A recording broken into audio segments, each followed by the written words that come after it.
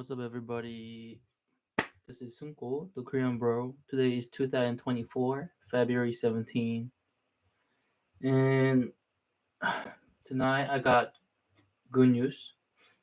I recently joined Mali full premium service, and I downloaded app that they provide as well. And I'm going to read some of their materials. It's not that I'm going to show you mm, what service they provide because it's paid service, so uh, I cannot just show you because it's paid service, right? Mm. And it's not even all of. Anyway, recently there's been a bearish trend on Roku and Trupanion. Uh, of course, I've been earning some money off of every other stocks that I have, but uh, there's a big loss on Roku and Trupanion. And what I'm going to do is read materials about those two and then try to analyze what has affected their price recently. Okay, let's see. Malifo.com. And what I'm going to do next is Logan.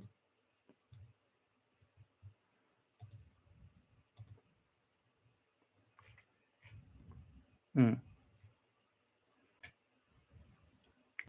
Okay, I'm gonna go through the articles, uh, you know, free articles first, and then I'll go on to the paid service next. Okay, three reasons to buy Amazon stock like there's no tomorrow.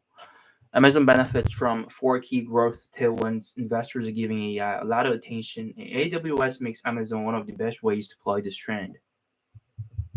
Shares have soared in last year but aren't expensive. Hmm. It's incredibly easy for investors to be optimistic about this dominant tech enterprise. Winners keep on winning. Amazon continues to prove this statement true. The tech behemoth has its fingers in multiple industries. Its shares have not only soared 105% since the start of 2023, but they are up an eye-watering 852% in the last 10 years. Don't worry though, there could be plenty of upside left for Amazon. With that being said, here are three reasons investors should buy this FANG stock like there's no tomorrow. Okay, growth first. I just mentioned how Amazon is involved in numerous industries, but even better, the company plays a part in global fast-growing segments. Amazon's key operating segment is its online marketplace. The e-commerce platform attracts about 40% of every dollar spent in US online. This remarkable stat is an example of what having a first mover advantage in the space is all about. However, shopping only accounts for under 16% of all retail sales domestically. The shopping only accounts for under 16% of all retail sales domestically.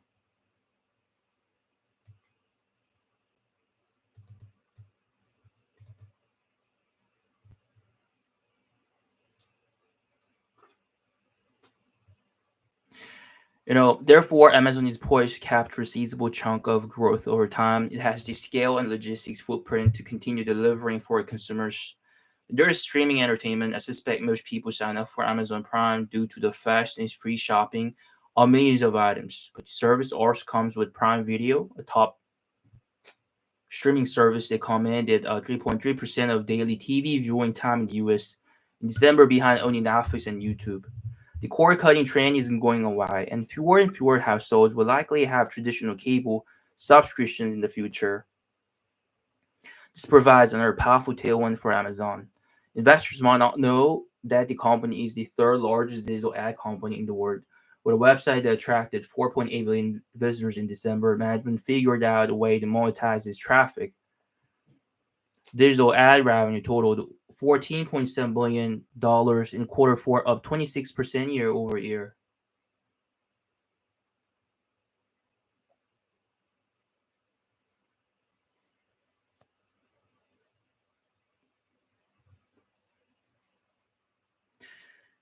Okay, they got um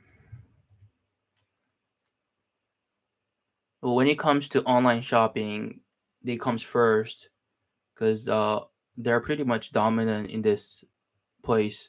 And there's a ed market, and they comes third. Hmm. The cord cutting trend is going away, and fewer and fewer households will likely have traditional cable subscription in the future. This provides another powerful tailwind for Amazon. Investors might not know that the company is the third largest digital ad company. Yes, here it is. As to readers will quickly realize that I didn't discuss Amazon Web Services, the company's cloud services division, which is a leader in the global market. AWS will likely be Amazon's top growth engine over the next decade. Its sales were up 13% late this quarter, but your estimate is showing that the worldwide cloud market will be worth nearly $1.6 trillion in 2030. AWS has plenty of years of outsized growth in front of it. Hmm. Artificial intelligence. There have been no hotter topic in the tech and investing wars in artificial intelligence. While executives look for ways to integrate this technology into their operations, money managers want a way to invest in this trend. Amazon is in a fantastic position to benefit from AI, particularly from its AWS segment. That's because cloud services look like one of the best ways the business can serve up AI products. Take Bedrock, for example, which AWS clients can use to develop their own AI applications, and there are numerous other AI based offerings that AWS provides for customers. By trying to become a leader in launching AI solutions via its AWS division, Amazon will only strengthen its position as a mission critical software provider for its customer base. Thanks to the tremendous amount of data AWS collects, its offerings can constantly improve, further bolstering its competitive standing.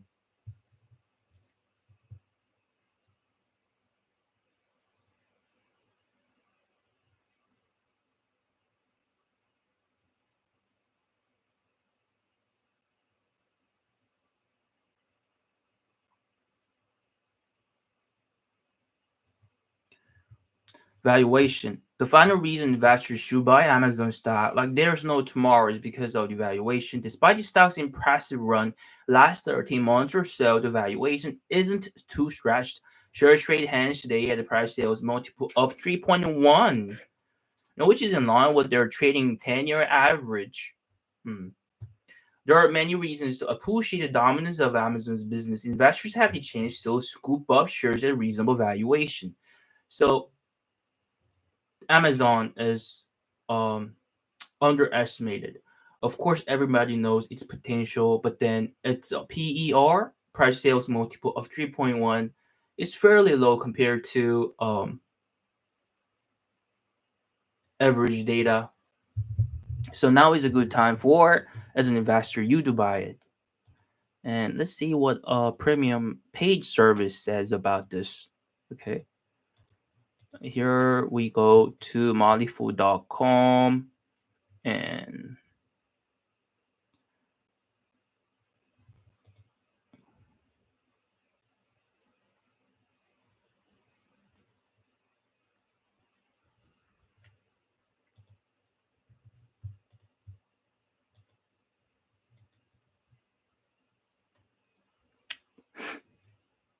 there we have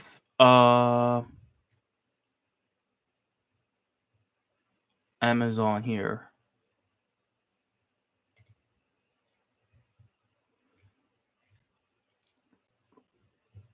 Weekly news summary in Amazon. Three reasons to buy Amazon stock like there's no tomorrow. Best stocks to buy right now: Amazon versus Disney. Mm.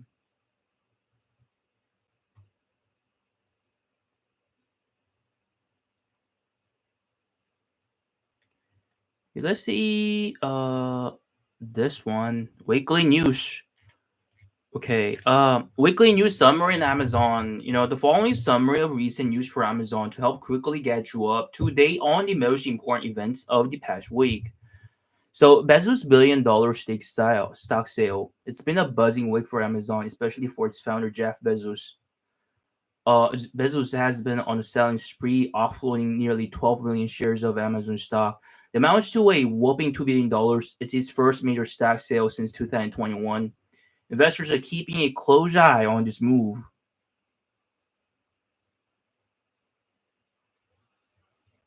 Okay, here we are. Bezos $1 billion stock sale. Hmm. It's his first major stock sale since 2021. Investors keeping a close eye on this move, especially since Bezos has said he has plans to sell up to 50 million shares over next year. It's potentially a big deal as lots of extra shares being put on the open market could affect the share price. It also might have some small effect on Bezos' status as one of the richest people on the planet.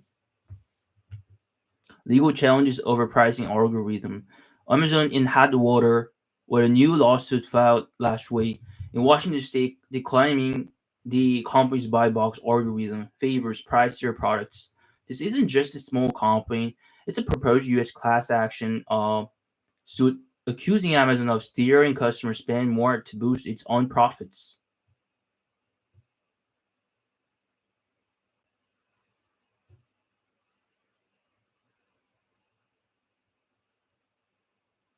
Okay.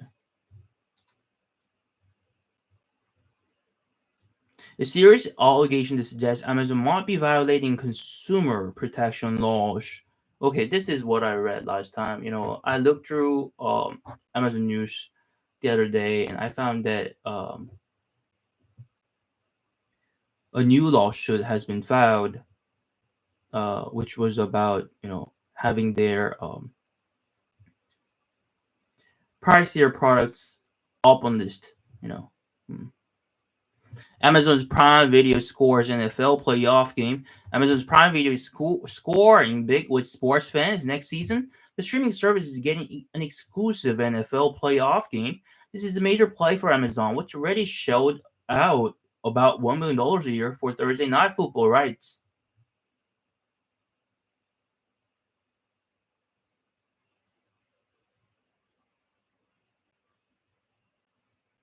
It's clear Amazon is pushing deeper into sports streaming game, and this move could be a game changer.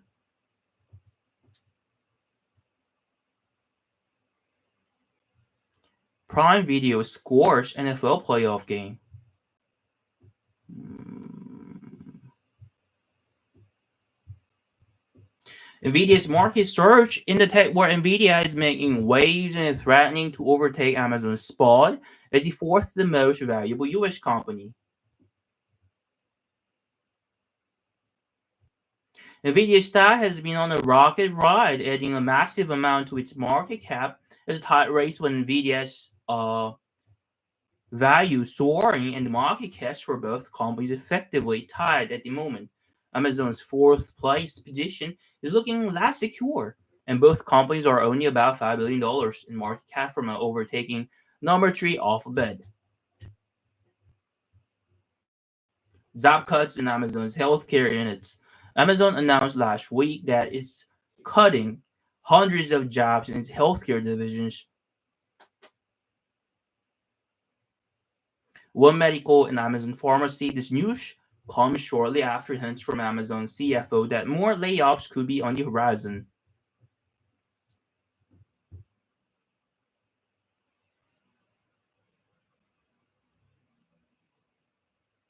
It's a tough time for employees in these units as Amazon continues to reshape its workforce. Amazon cut roughly 27,000 jobs company-wide last year and amid broader layoffs in the tech sector. Legal development in Spain. Meanwhile, over in Spain, Amazon and Apple caught a small break when a $2.9 million fine was suspended amid an appeal. The Spanish consumer watchdog government agency fined the two tech giants for allegedly colluding to prevent dealers other than Amazon from selling Apple wares on Amazon websites in Spain. It's a significant development for both companies as they navigate international legal waters. Target's potential membership program is repeatedly eyeing a move to compete with Amazon and Walmart by considering its own paid membership program similar to Amazon Prime and Walmart Plus. This could shake things up in retail space as Target looks to offer perks similar to those of Prime Walmart services. Target currently offers a free loyalty program called Target Circle. It's a sign that the competition is heating up and Amazon might need to watch its break. Streaming sport joint ventures. The streaming arena, there's some news of new joint venture. They could change the game for sports fans and how they watch sports on TV. Fox, Warner Bros. Discovery, and Walt Disney have released minimal details about a plan to team up to put the sports content from the dozens of networks they control under one digital streaming roof. Streaming sport joint ventures.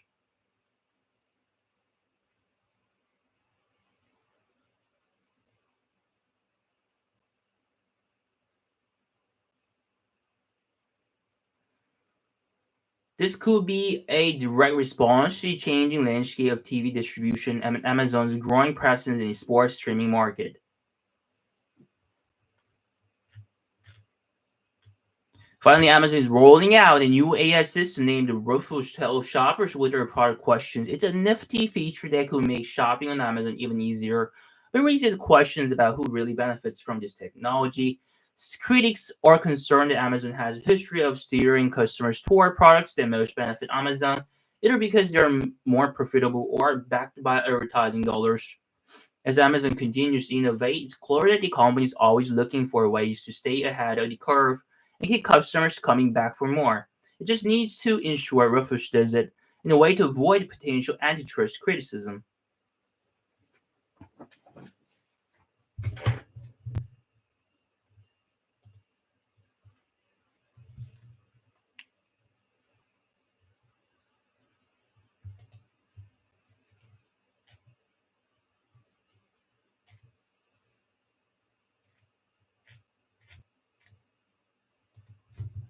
Hmm.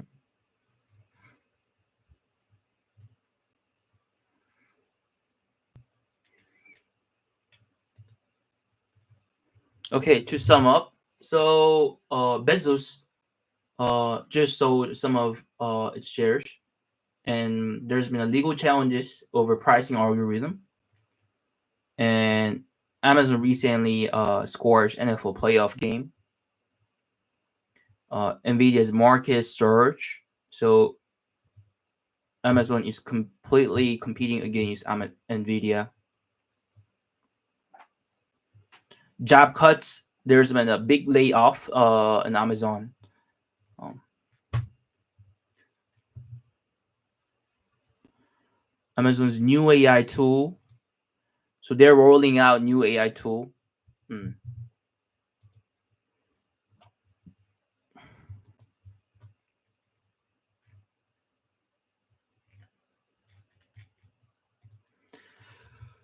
Okay.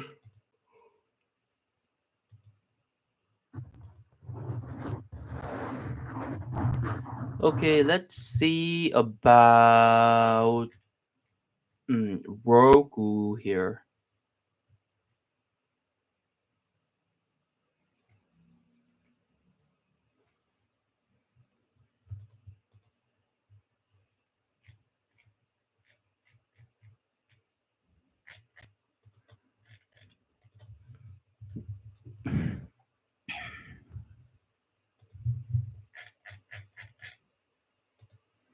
Let's go to premium service.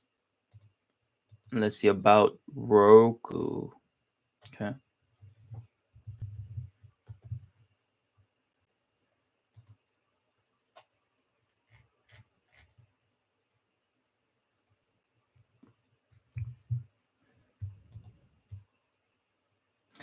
Okay, here we have it.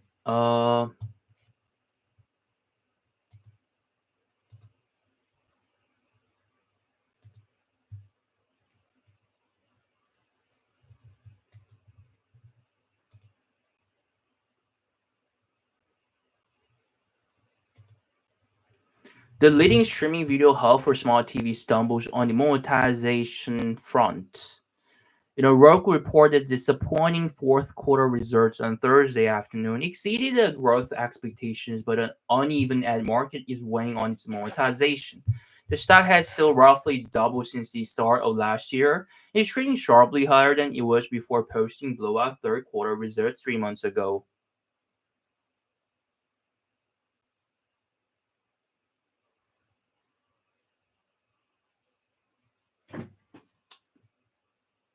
Expectations were high heading into Roku's fourth quarter report after Thursday market close. With the shares initially trading 15% lower on the news, it's fair to say that the market doesn't like what it's hearing out of the streaming video pioneer.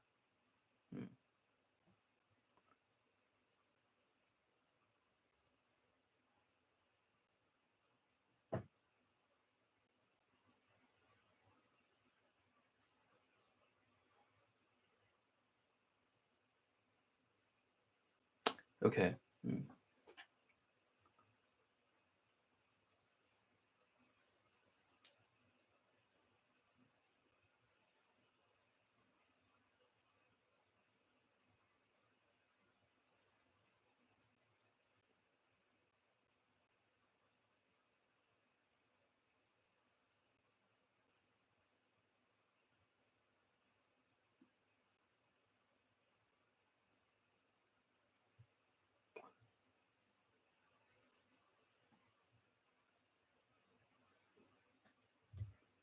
High heading to Roku's fourth quarter report after Thursday market close, with the shares initially trading 15% lower on the news. It's fair to say that the market doesn't like what it's hearing out of the streaming video pioneer. It wasn't an entirely problematic performance. There were some positives, even if the overall market sentiment was negative. Let's go over the good, the bad, and the ugly of Roku's critical financial update this week. The good. Revenue rose 14% to 984.4 million in Roku's holiday quarter.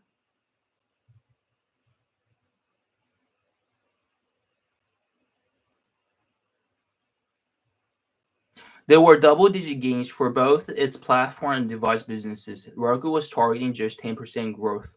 For the quarter 3 months ago,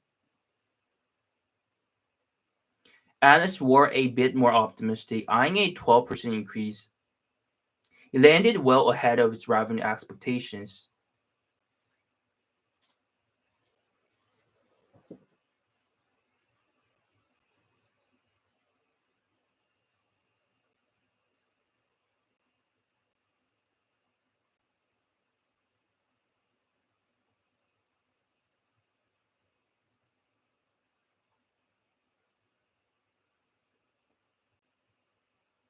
The platform continues to grow in popularity.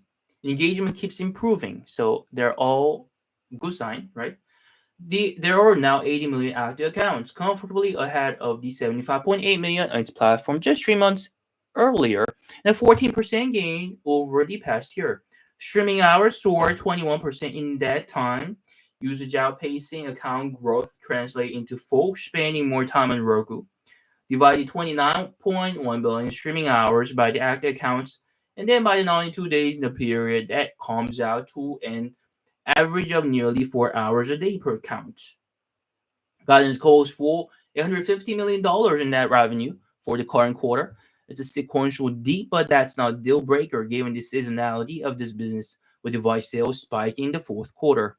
This translates into a 50% top line increase, the fourth straight period with double digit growth. Losses continue at Roku, but it did deliver positive free cash flow, adjusted earnings before interest, taxes, depreciation, amortization for all of 2023. This is the year ahead of schedule.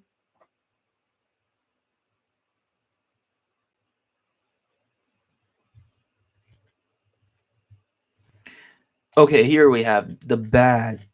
We're done with the good, right? The bad. The list of what went wrong should, in theory, be even longer than what went right if these shares are sinking, right? Prepare to be disappointed. It's not about the volume of the pressure points, it's about the severity. Some of the things that went right in Roku's blowout third quarter results 3 months ago reversed this time around. Average revenue per user improved sequentially in the third quarter after a year of declines. It started retreating again this time around after back-to-back reports of healthy adjusted EBITDA to close out 2023. Roku now expects to merely break even the first quarter of this year. And after three reports of accelerating top-line growth, this year-over-year top-line move started to decelerate. In this week's report, the last point shouldn't be a deal breaker. The 14% revenue growth that Roku posted, while less than 20% jump it delivered in the third quarter, still handily beat both its own guidance and analyst estimate.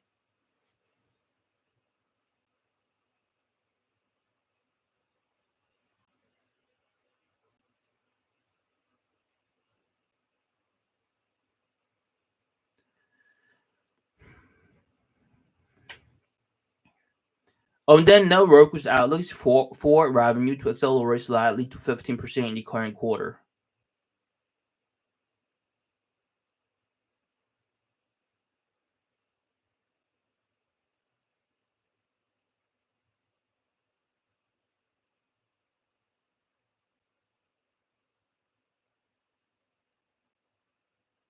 Mm.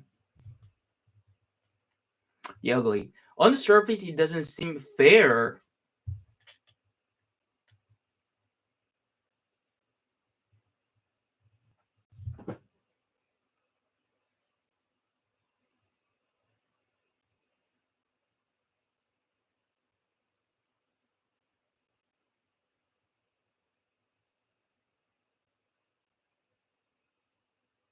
Hmm. So average revenue per user improved sequentially in the third quarter after a year of declines.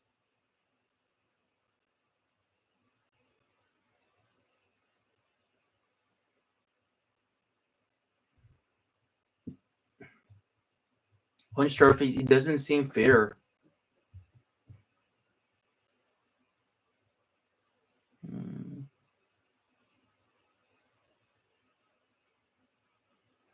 Does the stock taking a hit on ARPU news and EBITDA guidance make this much ado about acronyms? Well, it's deeper than that.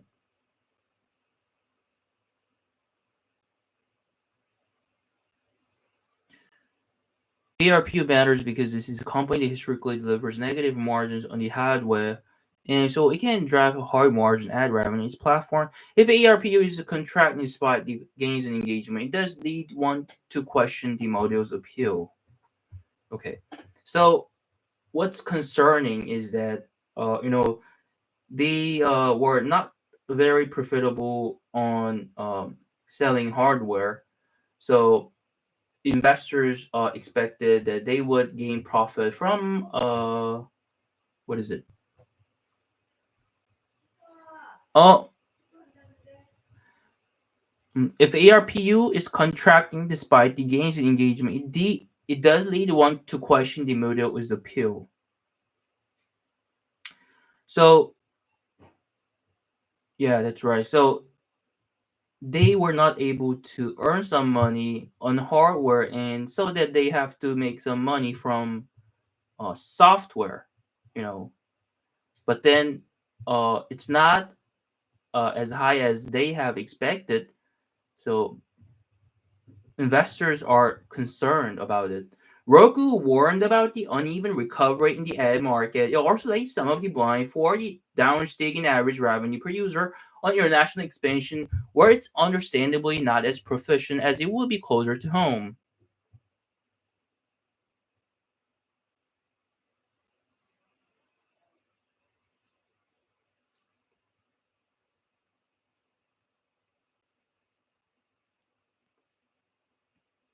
Where it's understandably not as proficient as it will be closer to home. However, in the subsequent earnings call, Roku did note how media and entertainment promotional spending activity is inching lower. There were so many premium services launching a couple of years ago with big marketing budgets to get noticed. Roku could suffer as the tactical shift turns to cutting push for the sake of financial survival.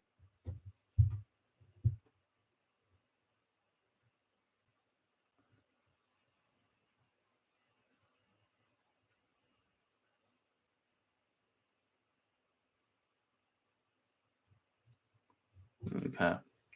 Worrying about the uneven recovery in the end market. Uneven recovery in the end market also laid some of the blame for the downtick in average revenue per user on international expansion. However, in the subsequent earnings call, Roku did note how media entertainment promotion spending activity is inching lower. There were so many premium services launching a couple of years ago with big marketing budgets to get noticed. Roku suffers technical shifts turned cutting costs for the sake of financial survival. You still don't want to bet against Roku. The stock has still roughly doubled since the start of last year. Even after the initial Friday sell-off, the shares are still sharply higher than where they were before the company posted its third quarter numbers in early November. Roku remains a streaming service stock bellwether. It may need to wait 3 months to rally again unless some bullish developments materialized ahead of its first quarter report. But when the platform is growing its audience and increasing its stickiness, good things tend to happen even throughout lull and monetization.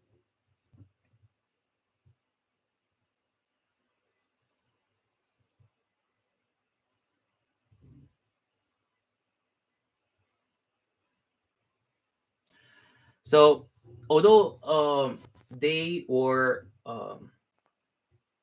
they didn't live up to investors' expectation, still you don't want to bet against Roku because still they got high potential, and users of Roku has increased, as well as mm, streaming hours, um, and it remains a streaming services stock bellwether. We'll see how it goes, and after 3 months, we'll have new report. Mm.